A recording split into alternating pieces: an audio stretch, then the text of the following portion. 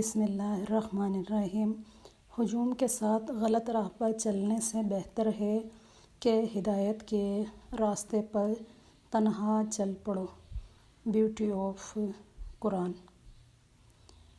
زندگی بہت عجیب ہے، ہم کسی بھی چیز کے بغیر آتے ہیں، پھر ہم ہر چیز کے لیے لڑتے ہیں، پھر ہم ہر چیز چھوڑ کر بغیر کسی چیز کے رخصت ہو جاتے ہیں۔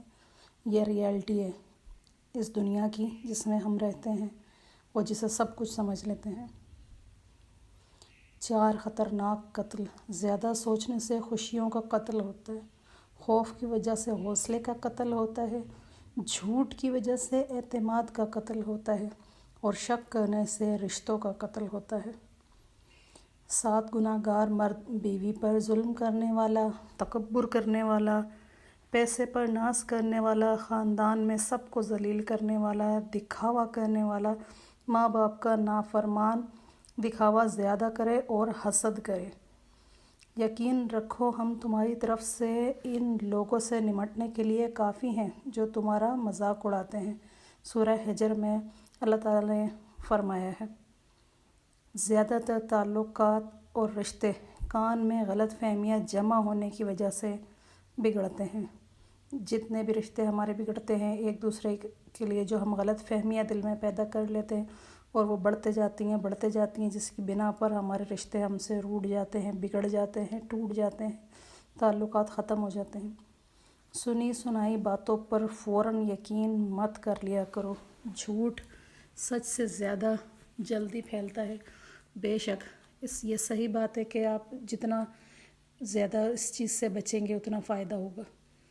اللہ، پکارو اس کو جو عرش عظیم پر ہے، مت پکارو اس کو جو زیر زمین ہے۔ بے شک اللہ تعالیٰ انسان کی شہرخ سے زیادہ قریب ہے۔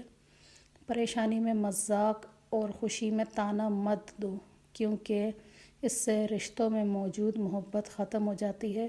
حضرت علی رضی اللہ تعالیٰ عنہ کا فرمان عالی شان ہے، خدا کی راہ میں کوشش کرو اور کبھی پیچھے نہ ہٹو، کیونکہ خدا نے تم سے کوشش مانگی ہے، نتیجہ نہیں مانگا۔ اللہ تعالیٰ فرماتے ہیں کہ آپ کوشش کریں، نتیجہ اللہ تعالیٰ پر ڈال دیں۔ وہ کسی بھی انسان کی محنت یا کوشش کو ضائع نہیں کرتا بلکہ اس کو ڈبل عطا کرتا ہے۔ آدمی کو جب اللہ سے لینا ہو تو لاکھوں کروڑوں کی چاہت رکھتا ہے، لیکن جب اللہ کے نام پر دینا ہو تو جیب میں سکے ڈھونڈتا ہے۔ یہ ہمارے معاشرے کی سب سے بڑی خرابی ہے کہ اللہ کے سے جب ہم نے لینا ہوتا ہے تو ہم کروڑوں مانگتے ہیں اور دینے کے نام پہ کچھ بھی نہیں ہے۔ مایوس وہ ہوتا ہے جو اللہ پر یقین نہیں رکھتا، اور محروم وہ ہوتا ہے جو اللہ کی نعمتوں کا شکر ادا نہیں کرتا۔